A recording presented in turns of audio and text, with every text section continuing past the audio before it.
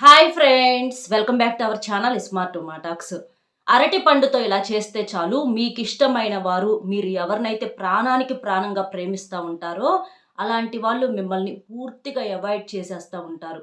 అలాంటి వారి కోసము ఈ అరటి పండుతో ఇవాళ చేసేటటువంటి పరిహారం అనేది బ్రహ్మాండమైనటువంటి రిజల్ట్ అనేది ఇచ్చిద్ది. అంతేకాకుండా వీడియో మీకు 100% యూజ్ అయ్యిద్ది. చివరి దాకా చూడండి, మీకు తెలియని విషయాలు కూడా చాలా అర్థమవుతాయి. చాలా ఇన్ఫర్మేషన్ ఉంది ఈ వీడియోలో.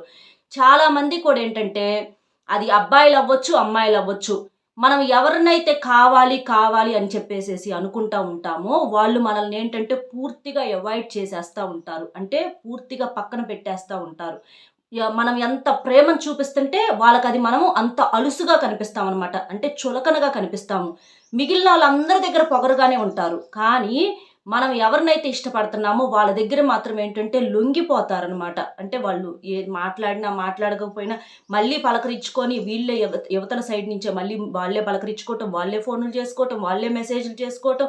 అట్లా ఏంటంటే వాళ్ళు మేము వాళ్ళ దగ్గర చులకనైపోతున్నాం అన్న విషయం కూడా పక్కన పెట్టేసేసి ఏంటంటే వాళ్ళ చుట్టూత చిన్న పిల్లల్లాగా తిరుగుతూ ఉంటారు. ఎందుకు అనంటే వాళ్ళంటే అంత ప్రాణానికి ప్రాణంగా ప్రేమిస్తున్నారు.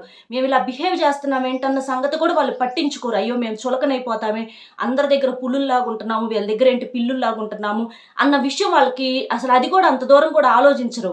మన మనిషేగా అన్న ఇదితో పలకరిస్తూ ఉంటారనమాట. అయినా కూడా వాళ్ళ దగ్గర నుంచి రెస్పాన్స్ అనేది 0 లెవెల్లో ఉంటుంది. అలాంటప్పుడు ఏంటంటే మనసుకు చాలా చాలా బాధేసిద్ది అనమాట. మనం ఎంత ప్రేమ చూపిస్తుంటే వాళ్ళు అంత పక్కన పెట్టేస్తూ ఉంటారు, అంత అవాయిడ్ చేసేస్తూ ఉంటారు.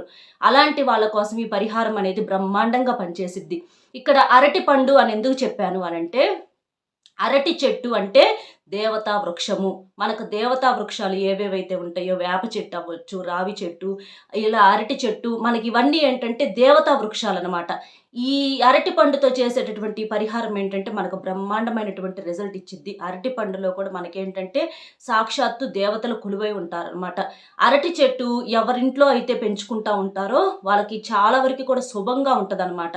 అంటే మనకి చూడండి, ఆరోగ్యపరంగా కానీ అరటి పండ్లు తింటే ఆరోగ్యానికి ఎంత బలమో, అరిటాకులో భోజనం చేసి చక్కగా అన్ని రకాలు వడ్డించుకొని మనం విడిగా ప్లేటుల్లో పళ్ళాల్లో భోజనం చేసే కన్నా కూడా అరిటాకులో భోజనం అనేది చాలా తృప్తిగా ఉంటుంది. అంటే మనకి ఆరోగ్యానికి కూడా చాలా మంచిది, చూడటానికి కూడా చాలా బాగుంటుంది.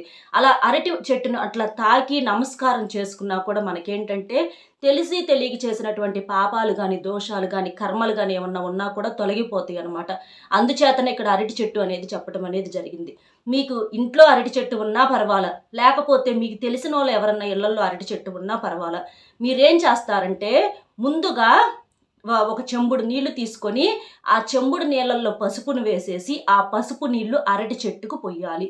అరటి చెట్టుకు అట్లా పసుపు నీళ్లు పోయటం వలన మీ జాతకంలో ఉన్నటువంటి, అంటే ఇవే దోషాలు, ఇట్లా ఎందుకంటే ఇలా ఎందుకు జరుగుతాయి, అందరూ సంతోషంగా ఉంటారు, మాకు మాత్రమే ఎందుకు ఇలా జరుగుతుందని చెప్పేసేసి మనకు అర్థం కాదనమాట. అవేంటంటే మనకు కనబడని కొన్ని దోషాలు ఏంటంటే మన వెంటే తిరుగుతూ ఉంటాయి అనమాట. మంచి చేసుకున్నా చెడు చేసుకున్నా ఎవరిని చేసుకున్నది వాళ్ళు అనుభవించాలి. గత జన్మలో చేసినవి కూడా మనకు తెలియవు అనమాట. అవేంటంటే ఇట్లా వెంట పడతా ఉంటాయి. అలాంటివన్నీ తీసేసుకోవటానికి చిన్న చిన్న ఇలాంటి వీటికి ఏమైనా డబ్బుతో ఖర్చు ఉందా? అలా ఏమీ లేదు. చిన్న చిన్నవి సింపుల్గా కొన్ని చేసుకుంటే ఆ దోషాలు అనేవి క్లియర్ అయిపోతాయి అనమాట. అట్లా అరటి చెట్టును తాకి అరటి చెట్టుకు పసుపు వేసినటువంటి నీళ్లు పోసేసి, మీకు ఇది అరటి పువ్వు ఉంటుంది కదా, అరటి చెట్టుకు పువ్వు చాలా మంది కూరలు వండుకుంటా ఉంటారు.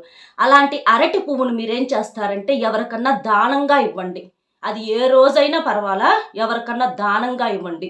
ఏదన్నా రోడ్ల మీద ఎవరన్నా పెద్దోళ్ళు ముసలోళ్ళు అలా ఉంటారు, అంటే తినటానికి కూడా లేని వాళ్ళు, పసిపిల్లలు కానీ అలాంటి వాళ్ళకి అరటి పువ్వును ఒక రోజు దానంగా ఇవ్వండి. అలా దానంగా ఇవ్వటం వలన ఏంటంటే మీ జాతకంలో ఉన్నటువంటి దోషాలు అనేవి చాలా వరకు కూడా క్లియర్ అయిపోతాయి. ఇది డబ్బు పరంగా కూడా బాగా కలిసి వచ్చింది.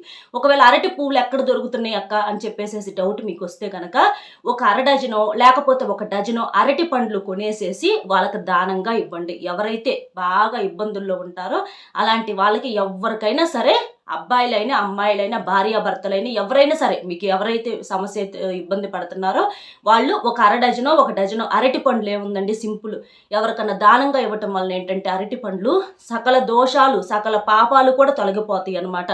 ఈ అరటి పండ్లు ఏంటంటే సింపుల్గా మనకి ఎంత అర డజన్ వచ్చేటప్పటికి ఓ 10 రూపాయలు 20 రూపాయలు పెట్టుకుంటే వస్తాయి. దానం ఏంటంటే దరిద్రాన్ని దూరం చేసిద్ది అనమాట. మన చేత్తో మనం తెలిసి తెలియక చేసినటువంటి పాపాలకి మనం ఇట్లా కొంచెం సింపుల్గా ఎక్కువ అవసరంలా అట్లా కొంచెం దానం చేస్తే ఓ 10 రూపాయలు 20 రూపాయలు పెట్టి అట్లా మన స్తోమతకు తగ్గట్లుగా అప్పుడప్పుడు దానం చేయటం వలన ఆ తెలిసి తెలియక చేసినటువంటి పాపాలన్నీ కూడా పూర్తిగా తుడిచిపెట్టుకుపోతాయి అనమాట. కాబట్టి అరటి పువ్వు ఉంటే అరటి పువ్వు దొరికితే అలా అరటి పువ్వు ఇవ్వండి, కూర వండుకొని తింటారు. లేకపోతే ఇట్లా ఒక అర డజను కానీ ఒక డజను కానీ అరటి పండ్లు ఎవరికన్నా దానంగా ఇవ్వండి. అలా మీకు ఇష్టమైనటువంటి వాళ్ళ పేరు తలుచుకొని మాకు సమస్య పోవాలి, మేము కలిసి ఉండాలి, వాళ్ళు మాకు ఫోన్ చేయాలి, వాళ్ళు మా ప్రేమను అర్థం చేసుకోవాలి, వాళ్ళు మమ్మల్ని ఇలా పక్కన పెట్టకూడదు, వాళ్ళ లైఫ్లో ఇంకా మేము ఎవరిని ఊహించుకోలేము, వాళ్ళే కావాలి, మేము చాలా సిన్సియర్గా ఉన్నాము అని చెప్పేసేసి వాళ్ళ పేరు మనసులో తలుచుకొని భార్యాభర్తలైనా చేసుకోవచ్చు. అట్లా ఇవ్వండి, డబ్బు కోసం కూడా చేసుకోవచ్చు. చాలా వరకు కూడా కర్మలు అనేవి క్లియర్ అయిపోయి మీకు అప్పటి నుంచి చూడండి కలుసుబాటు అనేది బాగా ఉండటానికి మీరే ఆశ్చర్యపడతారనమాట. అంటే ఫోన్ చేయరు అని అనుకున్న వాళ్ళు చేయటము, మెసేజ్లు పెట్టడము. కానీ మీరు చేసేటటువంటి చిన్న చిన్న పొరపాట్లు మాత్రం కొన్ని సరి చేసుకోవాలి. అవి ఏంటి అంటే పదే పదే వెంటపడి ఫోన్లు అనేవి చెయ్యొద్దు. వాళ్ళు చేసేదాకా కొంచెం ఆగండి. మరీ బెట్టు అనేది ఉండదు. ఎప్పుడైనా సరే మరీ దిగజారిపోతే ఏంటంటే అవతల వాళ్ళకి ఇలా చులకనగా కనిపిస్తాము.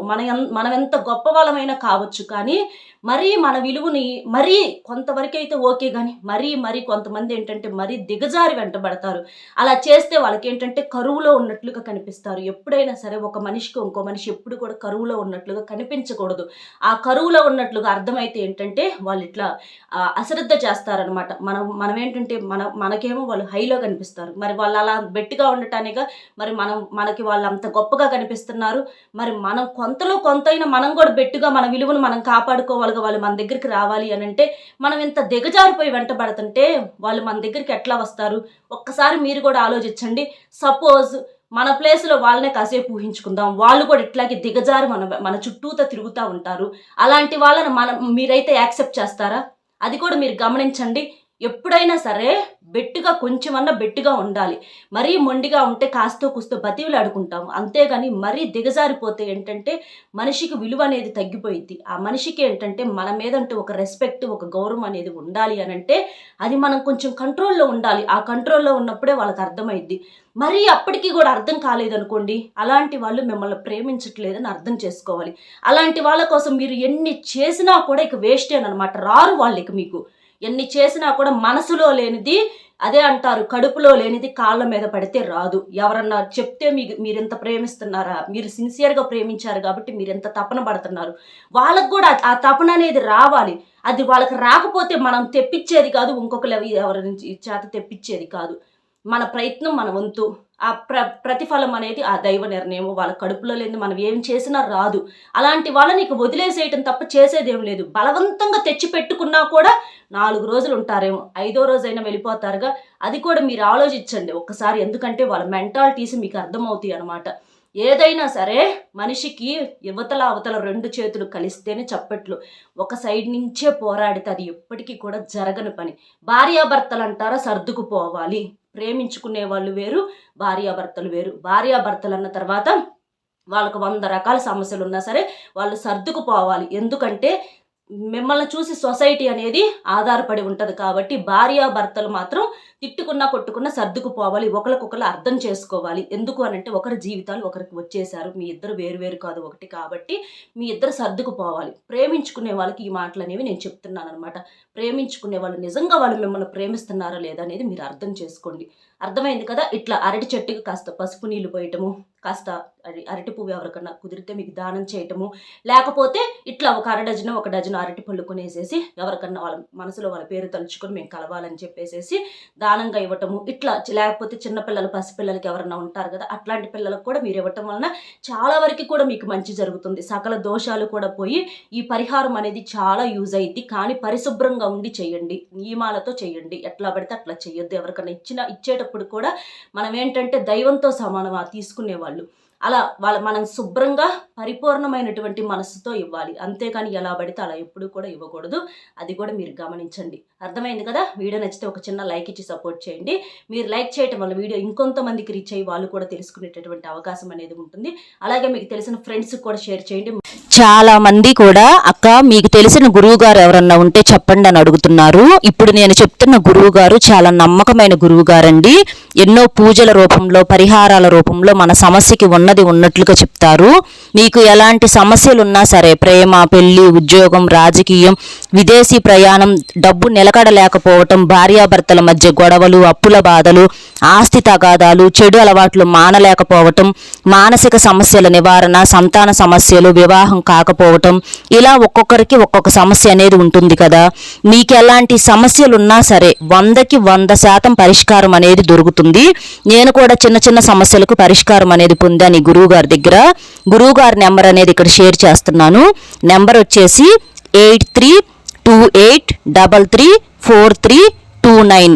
ఈ నెంబర్కి ఫోన్ చేసి మీకు ఏ సమస్య ఉన్నా సరే చెప్తే గురువు గారి దగ్గర నుంచి మనకు మంచి పరిష్కారం దొరుకుతుంది.